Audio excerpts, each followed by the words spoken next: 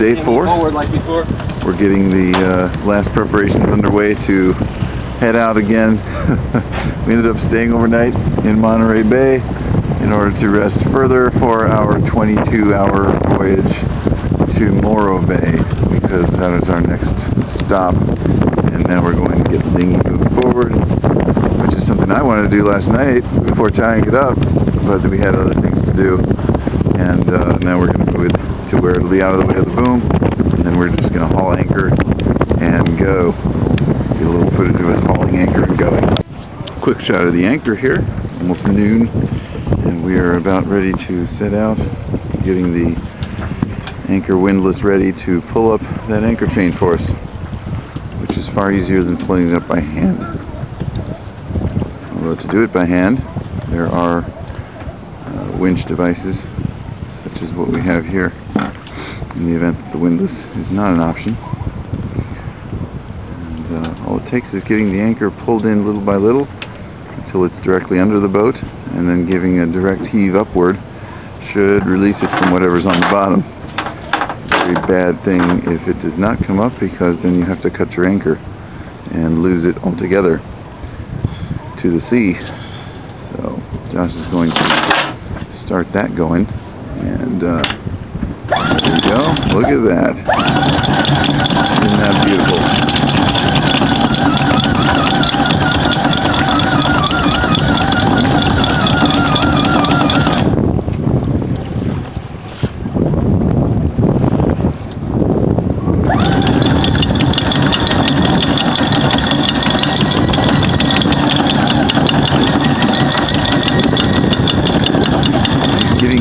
Out of the way that comes up with the chain, and now he's also rearranging the chain that drops into the locker so that it will not pile up to an extent that it's tangled.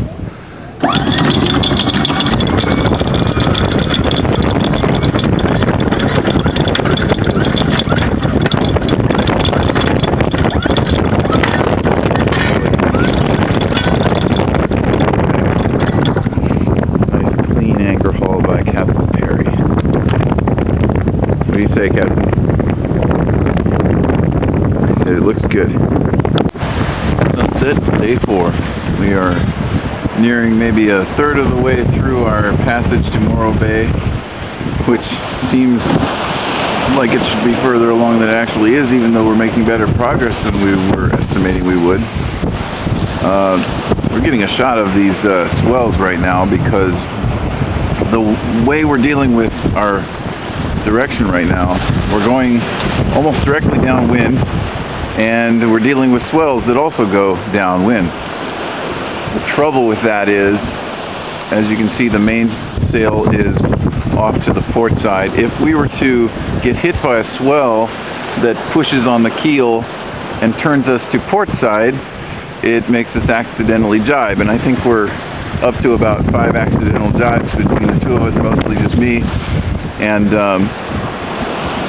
it's quite a risky situation for that, which wears out the equipment faster, and then you have to replace it, which is not cheap. So traveling downwind, like Captain Perry said a few days ago, is the most risky way to sail, even though it's seemingly so harmonious with the elements. It's better to travel with the wind to your side for speed and for security of your equipment. Doesn't feel quite as nice as wind at your back, but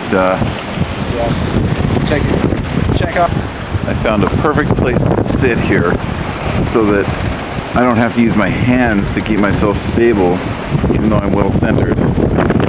See, right on the center of the deck, where what do you call this thing anyway? What do you call this thing I'm sitting on?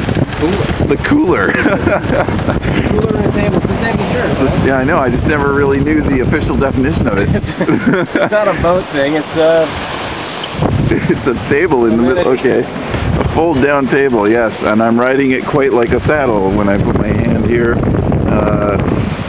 Josh called me a sailing cowboy. I didn't think about that. Now I'm stuck with it. So we'll see you tomorrow. Well, good evening, folks.